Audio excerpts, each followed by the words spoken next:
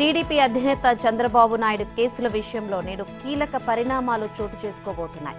Supreme court, high court, Vijayawada ACP కోర్టులో ఈ కేసులకు సంబంధించి జరగబోయే పరిణామాల కోసం తెలుగు ప్రజలు ఆసక్తిగా ఎదురుచూస్తున్నారు. హైకోర్టులో చిత్తూరు జిల్లా పుంగనూరు కేసులో bail, inner ring road alignment మార్పు కేసులో బెయిల్, ఏపీ ఫైబర్ గ్రిడ్ లో ముందస్తు బెయిల్ కోసం చేసిన పిటిషన్లపై నేడు తీర్పు రానుంది. విజయవాడ ఏసీబీ కోర్టులో చంద్రబాబు బెయిల్, కస్టడీ పిటిషన్ల తీర్పు రానుంది. మరోవైపు స్కిల్ డెవలప్మెంట్ కేసులో చంద్రబాబు దాఖలు చేసిన క్వాష్ పిటిషన్పై నేడు సుప్రీంకోర్టులో విచారణ జరగనుంది. అలాగే టీడీపీ అధినేతను మరోసారి పోలీస్ కస్టడీకి ఇవ్వాలని కోరుతూ సిఐడి దాఖలు చేసిన పిటిషన్ పైన కూడా ఏసీబీ కోర్టు ఉత్తర్వులు జారీ చేయనుంది. ఇప్పటికే బెయిల్, కస్టడీ పిటిషన్లపై శుక్రవారం ఏసీబీ కోర్టులో వాదనలు ముగియడంతో న్యాయాధికారి తీర్పును నేటికి వాయిదా వేసిన విషయం తెలిసిందే. ఈ నేపథ్యంలో చంద్రబాబుకు ఈ కేసుల నుంచి ఉపశమనం లభిస్తుందో లేదోనని సర్వత్రా ఆసక్తి నెలకొంది. ఫైబర్ నెట్ పనిలో ఒక్క రూపాయి కూడా పక్కకు పోలేదు. అవినీతి జరగలేదు. చంద్రబాబు ఖాతాకు రాలేదు. ఇది నా ఛాలెంజ్. వైసీపీ ప్రభుత్వంలో ఎవరికైనా దమ్ముంటే స్వీకరించండి అని assembly PAC chairman, TDP senior నేత ఎమ్మెల్యే పయ్యావుల కేశవ్ సవాల్ విసిరారు. 5,000 కోట్లు ఖర్చు అవుతుందన్న పనిని నాటి సీఎం చంద్రబాబు తన అనుభవ సారంతో కేవలం 300 కోట్లతో చేసి చూపించారని, అవినీతి చేసే ఉద్దేశమే ఉంటే 5,000 కోట్లు ఖర్చు పెట్టేవాళ్ళం కాదా అని ప్రశ్నించారు. ఫైబర్ నెట్ కేసులో టీడీపీ తయారు చేసిన వాస్తవ పత్రాన్ని ఆ పార్టీ రాష్ట్ర అధ్యక్షుడు అచ్చెన్నాయుడు తమ పార్టీ నేతలతో కలిసి విడుదల చేశారు.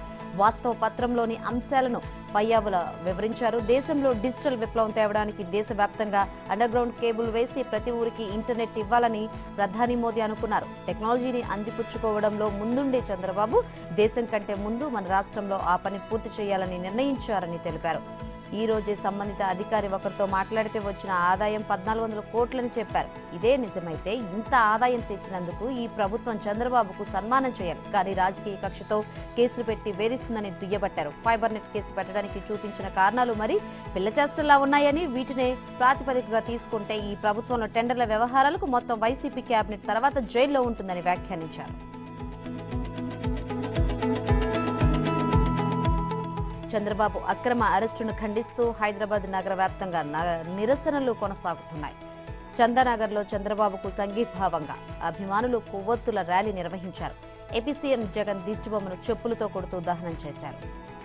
అటు శేరిలింగంపల్లి నియోజకవర్గం వివేకానంద నగర్లో కొవ్వొత్తుల ర్యాలీ నిర్వహించారు. వివేకానంద నగర్ డివిజన్ సప్తగిరి కాలనీ నుంచి వివేకానంద నగర్ ఎన్టీఆర్ విగ్రహం వరకు ర్యాలీ సాగింది. మహిళలు, చిన్నారులు సైతం ఈ ర్యాలీలో పాల్గొని చంద్రబాబు త్వరగా జైలు నుంచి విడుదల కావాలని కోరుతూ నినాదాలు చేశారు.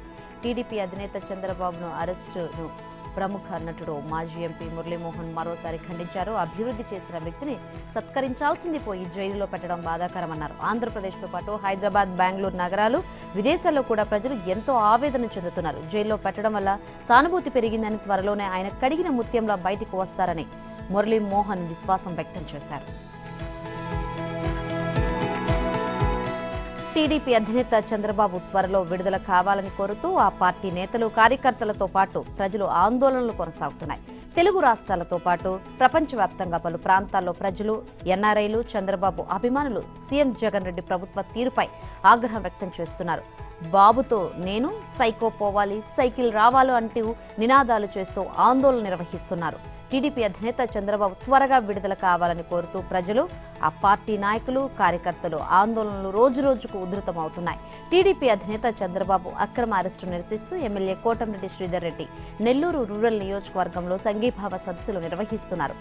రామకోటయ్య నగర్లో జరిగిన సదస్సుకు జనం భారీగా తరలివచ్చారు. మహిళలు అత్యధికంగా పాల్గొన్నారు. సీఎం జగన్ రెడ్డి ప్రభుత్వ హయాంలో జరుగుతున్న అన్యాయాలు, అక్రమాలను చర్చించాలని కోటంరెడ్డి సూచించారు. చంద్రబాబుకు సంఘీభావంగా నల్ల బెలూన్లతో నిరసన తెలిపారు. చంద్రబాబు జైలు నుంచి త్వరగా విడుదల కావాలని ఆకాంక్షించారు. చంద్రబాబు అరెస్టుపై కుప్పం ప్రాంతానికి చెందిన పరిశ్రమల్లో పనిచేస్తున్న ఉపాధి మహిళలు ఆగ్రహం వ్యక్తం చేస్తున్నారు. తమ ప్రాంతానికి దేవుడు లాంటి వ్యక్తిని అన్యాయంగా అరెస్టు చేశారంటూ ఆవేదన వ్యక్తం చేస్తున్నారు. ఎన్నో పరిశ్రమలను తీసుకువచ్చి ఎంతో మంది తమలాంటి మహిళలకు ఉపాధి అవకాశాలు కల్పిస్తున్న మహనీయుడని ప్రభుత్వం జైలుకు పంపడం ఎంతవరకు సమంజసమని ప్రశ్నించారు. చంద్రబాబు అరెస్టు అంశంపై అధికార పార్టీ భయపడుతుంది. అరెస్టు అనంతర పరిణామాలు ప్రతికూలంగా ఉన్నాయని, క్షేత్రస్థాయిలో చంద్రబాబు పట్ల సానుభూతి పెరిగిందని ఫీడ్బ్యాక్ రావడంతో అధికార పార్టీ ఆందోళన చెందుతుంది. అందుకనే హడావిడిగా ప్రతినిధుల సభను ఏర్పాటు చేసింది. సభలో కూడా చంద్రబాబు అరెస్టుపై అసలు విషయాలను ప్రతినిధులకు వివరించి ప్రజల వద్దకు చేరవేస్తామని సాక్షాత్తు అధికార పార్టీ నేతలే చెబుతున్నారు. అధికారంలోకి వచ్చిన తర్వాత 4.5 సంవత్సరాలకు వైఎస్ఆర్ కాంగ్రెస్ పార్టీకి ప్రజాప్రతినిధులు గుర్తుకొచ్చారు. గ్రామ స్థాయి నుంచి రాష్ట్ర స్థాయి వరకు ఉన్న పార్టీ ప్రతినిధులు, ఎన్నికైన వారిని కూడా మొత్తం 25 స్థాయిల్లోనూ ప్రజాప్రతినిధులను, పార్టీ నేతలను ఇవాళ విజయవాడలో జరగనున్న పార్టీ ప్రతినిధుల సభకు ఆహ్వానించారు. చంద్రబాబు కేసులు ఇవాళ సుప్రీంకోర్టు, హైకోర్టు, విజయవాడ ఏసీబీ కోర్టులో కీలకమైన తీర్పులు వస్తున్న తరుణంలో డైవర్షన్ పాలిటిక్స్ లో భాగంగా అధికార పార్టీ ఈ ప్రతినిధుల సభను ఏర్పాటు చేసిందని తెలుగుదేశం భావిస్తుంది. 30 రోజులు అవుతున్న ఆందోళనలు, నిరసనలు కొనసాగుతుండడం అధికార పార్టీకి మింగుడు పడడం లేదు. అసలైన ఆర్థిక నేరస్తుడు, గజదొంగ, మోసగాడు సీఎం వైఎస్ జగన్ రెడ్డి.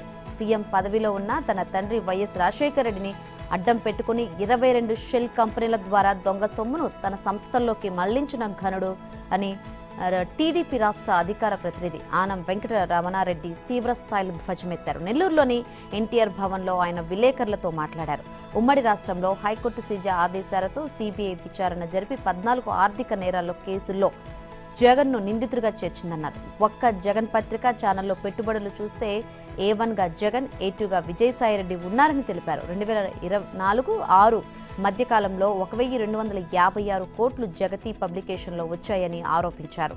నోటికొచ్చినట్లు మాట్లాడుతున్న మంత్రులు, ఎమ్మెల్యేలు, వైసీపీ నాయకులు అసలు ఆర్థిక ఉగ్రవాది ఎవరో ఇప్పుడు చెప్పాలంటూ ఆనం వెంకట రమణారెడ్డిని నిగ్గదీశారు. 2004 ఎన్నికల సమయంలో వైఎస్ రాజశేఖర రెడ్డి తన ఆస్తుల విలువ 2.12 కోట్లుగా ఉండేదని, అందులో హైదరాబాద్లోని ఇంటి విలువే ఎక్కువ అని ఆరోపించారు. 2003-4 సంవత్సరంలో జగన్మోహన్ రెడ్డి 9 లక్షలు మాత్రమే తన ఆదాయం అంటూ ఐటీ రిటర్న్స్ ఫైల్ చేశారు. కానీ 2009 ఎన్నికల అఫిడవిట్లో 70.49 కోట్ల ఆస్తులున్నట్లు చూపించారని ఆనం ఆగ్రహం వ్యక్తం చేశారు. నేడు ప్రభుత్వాన్ని నడుపుతుంది ఎమ్మెల్యేలు, మంత్రులు, ఐఏఎస్ అధికారులు కాదని జగన్ మీడియా ఉద్యోగులంటూ ఘాటుగా విమర్శించారు. టీడీపీ అధినేత చంద్రబాబును అరెస్టు చేశాక నిరసనలు, ర్యాలీలతో రాష్ట్రం అట్టుడుగుతోంది. టీడీపీ నేతలు, చంద్రబాబు అభిమానులు, విపక్షాలతో పాటు సామాన్యులు సైతం అన్యాయంపై గల్లమెత్తుతున్నారు. చంద్రబాబుకు మద్దతుగా ఉద్యమాలు, ర్యాలీలు, నిరసన ప్రదర్శనలతో పోరాటం చేస్తున్నారు. ఈ నేపథ్యంలో అందరి దృష్టి ఈ అంశంపైనే కేంద్రీకృతమైంది. సందట్లో సడేమియా అన్నట్లుగా వైసీపీ నేతలు, కార్యకర్తలు దీన్నో అవకాశంగా తీసుకున్నారు. ఓటర్ల జాబితా నుంచి టీడీపీ సానుభూతి పరుల ఓట్లను తొలగించే పనుల్లో అడ్డదారులు తొక్కుతున్నారు. గతంలో ఎప్పుడూ లేని విధంగా పెద్ద ఎత్తున ఓట్లను తొలగించేందుకు కుట్ర పన్నారు. బిఎల్ఓలను అడ్డం పెట్టుకుని స్థానిక వైసీపీ నేతలు, వాలంటీర్లు ఈ పని చేస్తున్నారని గట్టిగా ఆరోపణలు వస్తున్నాయి. రాష్ట్ర వ్యాప్తంగా ఏకంగా 13 లక్షల ఓట్లు తొలగించేందుకు ప్లాన్ వేశారు. చంద్రబాబు అరెస్టు తర్వాత ఫామ్ 7 దరఖాస్తుల లక్షల్లో రావడం గమనార్హం. చంద్రబాబును అరెస్టు చేయించి ప్రతిపక్ష పార్టీలు ప్రజల దృష్టి అటువైపు మళ్లించి ఓట్ల తొలగింపు వ్యవహారం బయటకు రాకుండా ప్లాన్ వేశారనే ఆరోపణలు వస్తున్నాయి. ఎన్నికల కమిషన్ చేయాల్సిన విధులను వైసీపీ కార్యకర్తలు, వాలంటీర్లు చేస్తున్నారనే విమర్శలున్నాయి. ఏకంగా 13 లక్షల ఓట్లను తొలగించేందుకు వైసీపీ మాస్టర్ ప్లాన్ వేసింది. ఇంటింటి సర్వే పేరిట ఓటర్ల జాబితా పరిశీలనకు బిఎల్ఓల వెంట వైసీపీ కార్యకర్తలు కూడా వెళ్లారు. ప్రతిపక్ష సానుభూతి పరులను గుర్తించి వారి ఓట్ల తొలగింపు చేపట్టారు. హైందవ దేవాలయాలు జగన్ సర్కారుకు ఆది నుంచి ప్రయోగాల కేంద్రాలుగా మారుతున్నాయి. ఇంద్రకీలాద్రిని ప్రస్తుత మంత్రి కొట్టు సత్యనారాయణ, మాజీ మంత్రి వెల్లంపల్లి శ్రీనివాస్ తమ ఈగోలకు కేంద్రంగా మార్చేశారని అమ్మవారి భక్తులతో పాటు విపక్షాలు విమర్శిస్తున్నాయి. గతంలో ఈవోగా ఉన్న భ్రమరాంబను మార్చాల్సిందే అని మాజీ మంత్రి వెల్లంపల్లి గట్టిగా నిర్ణయించుకున్నట్లు తెలుస్తుంది. వెంటనే ప్రభుత్వం కూడా ఆమెను మార్చాల్సిందేనంటూ ఉత్తర్వులు ఇచ్చింది. ఈ ఉత్తర్వుల వెనక వెల్లంపల్లితో పాటు ప్రభుత్వ నిర్ణయాల్లో కీలకంగా వ్యవహరించే ఓ సలహాదారు ఉన్నట్లు ఆరోపణలు వినిపిస్తున్నాయి. ఈవో భ్రమరాంబను మార్చి ఎన్టీఆర్ జిల్లా డిఆర్ఓగా పనిచేస్తున్న జాయింట్ కలెక్టర్ ఎం శ్రీనివాసులను ఈవోగా నియమిస్తూ ఈ నెల 1వ తేదీన ఉత్తర్వులు జారీ చేశారు. అయితే M Srinivasulu AP medical services recruitment board member సెక్రటరీగా ఉండడంతో ఆయన్ను అక్కడ నుంచి రిలీవ్ చేయలేదని తెలుస్తోంది. దీంతో ఆయన నేటికి ఈవోగా బాధ్యతలు స్వీకరించలేదు. ఇంతలో మంత్రి కొట్టు సత్యనారాయణ మరలా చక్రం తిప్పారని, ఈవోగా బాధ్యతలు స్వీకరించక ముందే ఎం శ్రీనివాసులను అక్కడి నుంచి పంపించి శ్రీకాళహస్తి ఆర్డీఓగా ఉన్న కెఎస్ రామారావును సరిగ్గా దసరాకు 15 రోజుల ముందు ఈవోగా నియమిస్తూ ఉత్తర్వులు తీసుకొచ్చారని అమ్మవారి గుడిలో గుసగుసలు వినిపిస్తున్నాయి. తాజాగా కెఎస్ రామారావు నియామకానికి సంబంధించి ఇచ్చిన జీవోలోనూ అమ్మవారి దేవస్థానాన్ని కనకదుర్గ టెంపుల్ అని పేర్కొనడం పట్ల భక్తులు అభ్యంతరం వ్యక్తం చేస్తున్నారు. ఏపీ చరిత్రలో ఎన్నడూ లేని విధంగా ఐఆర్ కంటే తక్కువ ఫిట్మెంట్ ఇచ్చి వైసీపీ సర్కార్ 11వ పీఆర్సీని మమ అనిపించేసింది. ఇప్పుడు 12వ పీఆర్సీ విషయంలోనూ ఉద్యోగులకు మస్కా కొట్టే దిశగా అడుగులు వేస్తోంది. 2023 జనవరి 1 నుంచి 12వ పీఆర్సీ అమలు చేయాల్సి ఉండగా తీరిగ్గా జూలై 12న కమిషన్ ఏర్పాటుపై ఉత్తర్వులు జారీ చేసింది. కమిషన్ చైర్మన్గా విశ్రాంత ఐఏఎస్ అధికారి మన్మోహన్ సింగ్ను నియమించింది. కమిషన్ ఛార్జీ తీసుకున్నప్పటి నుంచి సంవత్సరంలోగా నివేదిక ప్రభుత్వానికి ఇవ్వాలని పేర్కొన్నారు. ఇది జరిగి కూడా 2.5 నెలలు దాటిపోయినా పీఆర్సీ చైర్మన్ నేటికి బాధ్యతలు చేపట్టలేదు. కమిషన్కు సిబ్బంది కేటాయింపులు జరగలేదు. అసలు కమిషన్కు ఎక్కడ కార్యాలయాన్ని కేటాయించారో కూడా తెలియదు. కమిషన్ బాధ్యతలు ఎప్పుడు స్వీకరిస్తుంది, ఉద్యోగుల నుంచి వినతులు ఎప్పుడు స్వీకరిస్తుంది, నివేదిక ఎప్పుడిస్తారు, పీఆర్సీ ఎప్పుడిస్తారు అనేది ప్రశ్నార్థకంగా మారింది. 11వ పీఆర్సీలో రివర్స్ ఫిట్మెంట్తో ఉద్యోగులకు షాక్ ఇచ్చిన జగన్ సర్కార్ కనీస ఎన్నికల ఏడాది కావడంతో 12వ పీఆర్సీ అయినా సకాలంలో ఇస్తుందని, ఐఆర్ వెంటనే ప్రకటిస్తుందని ఆశించిన వారికి నిరాశే మిగిలింది. 11వ పీఆర్సీలో ఐఆర్ 27% కంటే తక్కువగా, ప్రభుత్వం 23% ఫిట్మెంట్ ఇచ్చింది. అదే సమయంలో తెలంగాణ 35% ఫిట్మెంట్ ఇవ్వడంతో అక్కడి ఉద్యోగుల వేతనాలు అమాంతం పెరిగాయి. దీంతో ఏపీలో ప్రభుత్వ ఉద్యోగులు కుదేలయ్యారు. ఇప్పుడు తాజాగా తెలంగాణ 12వ పీఆర్సీని నియమించడంతో ఐఆర్ కూడా ప్రకటించింది. దీంతో వేతనాల్లో మరింత వ్యత్యాసం రానుందని ఉద్యోగుల్లో చర్చలు సాగుతున్నాయి. ఏపీలో జగన్ దుర్మార్గ పాలనకు చరమగీతం పాడి టీడీపీని తిరిగి అధికారంలోకి తీసుకొస్తామంటూ బెంగళూరులోని ఐటీ కార్పొరేట్ సంస్థల్లో పనిచేస్తున్న ఉద్యోగులు ప్రతినపూనారు. టీడీపీ అధినేత చంద్రబాబు అరెస్టుకు నిరసనగా బెంగళూరు మరతహల్లిలో టీడీపీ ఫోరం ఆధ్వర్యంలో సమర శంఖారావం సభ నిర్వహించారు. ఆ సభకు బెంగళూరుతో పాటు కర్ణాటక వ్యాప్తంగా నివసించే తెలుగు ప్రజలు, అభిమానులు, మహిళలు, ఐటీ కార్పొరేట్ సంస్థల ఉద్యోగులు అధిక సంఖ్యలో హాజరయ్యారు. ఆ సభలో పలువురు టీడీపీ నేతలు పాల్గొని ప్రసంగించారు. అభివృద్ధి వినాశక పాలనకు చరమగీతం పాడడానికి బెంగళూరు సహా దేశ విదేశాల్లో నివసించే తెలుగు వారంతా కలిసి రావాలని టీడీపీ పొలిట్ బ్యూరో సభ్యుడు అయ్యన్న పాత్రుడు పిలుపునిచ్చారు. తన 40 ఏళ్ల రాజకీయ జీవితంలో ఇంతటి నీచమైన పాలన చూడలేదని చెప్పారు. జగన్ పచ్చి మోసగాడని అభివర్ణించారు. జగన్ ఇప్పుడు పాదయాత్ర చేస్తే మహిళలు తరిమి కొడతారన్నారు. చంద్రబాబుకు అన్యాయం జరిగిందనే కసి, కోపం ఐటీ ఉద్యోగుల్లో బలంగా ఉందని, అందుకే వేలాది మంది ఐటీ ఉద్యోగులు బెంగళూరులో సభ ఏర్పాటు చేశారని పేర్కొన్నారు. జగన్ వ్యవస్థలను నాశనం చేశారని, పరిశ్రమలను తరిమేశారని ఆరోపించారు. శ్రీశైలం సమీపంలోని పాలధార పంచదార వద్ద చిరుతపులి సంచారం కలకలం రేపింది. హటకేశ్వరం సమీపంలోని అటవీ ప్రాంతంలో నుంచి చిరుతపులి బయటకు వచ్చింది. పాలధార పంచదార దర్శనార్థం భక్తులు వెళ్లే మెట్ల మార్గంలోని దుకాణాల పక్కనే ఉన్న గోడపై కూర్చుని ఉంది. అదే సమయంలో అటుగా వెళుతున్న కొందరు భక్తులు తమ వాహనాలలో కూర్చుని కారు లైట్లు చిరుతపులిపై వేసి తమ సెల్ ఫోన్లలో వీడియో చిత్రీకరించారు. వీడియో తీస్తున్న క్రమంలో భక్తులు అరుపులు శబ్దం విన్న చిరుతపులి గోడపై నుంచి చిన్నగా పక్కనే ఉన్న అటవీ ప్రాంతంలోకి వెళ్లిపోయింది. రాత్రి సమయం కావడంతో భక్తులు ఎవరూ అటువైపు వెళ్లకపోవడంతో, దుకాణాలు కూడా మూసి ఉండడంతో చీకటికి చిరుతపులి బయటకు వచ్చినట్టు అటవీ శాఖ భావిస్తున్నారు. అయితే చిరుతపులి సంచరిస్తుందని స్థానికులకు తెలియడంతో భయాందోళనకు గురయ్యారు. శ్రీశైలంకు వచ్చి వెళ్లే మార్గం మధ్యలో స్థానికులు, భక్తులు అప్రమత్తంగా ఉండాలని అటవీ శాఖ అధికారులు సూచనలు చేస్తున్నారు. తెలంగాణ జనాభాలో 11% ఉన్న ముదిరాజులకు అన్ని రాజకీయ పార్టీలు 11 ఎమ్మెల్యే సీట్లు ఇవ్వాలని BJP MLA Etela Rajender demand చేశారు. ఓట్లు మావే, సీట్లు మావే అనే నినాదంతో ముందడుగు వేయాలని ముదిరాజ్ సామాజిక వర్గానికి పిలుపునిచ్చారు.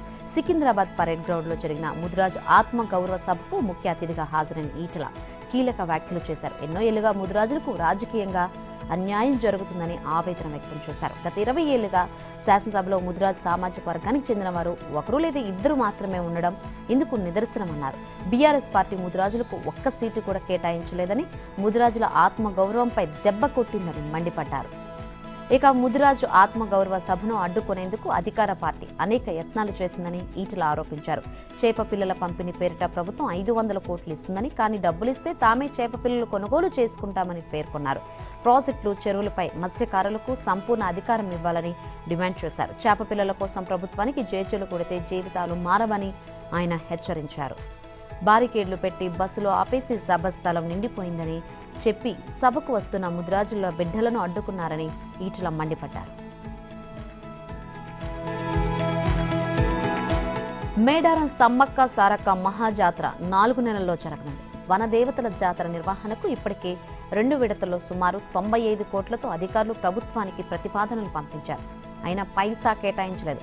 1-2 రోజుల్లో ఎన్నికల కోడ్ అమల్లోకి వచ్చే అవకాశం ఉన్నట్లు ప్రచారం జరుగుతున్న నేపథ్యంలో మేడారం నిధులపై సందిగ్ధత నెలకొంది. కోడ్ వస్తే నిధుల కేటాయింపు కష్టమవుతుంది. ఒకవేళ డిసెంబర్లో ఎన్నికలు పూర్తయిన తర్వాత నిధులు కేటాయిస్తే జాతరకు మిగిలేది 2 నెలలే.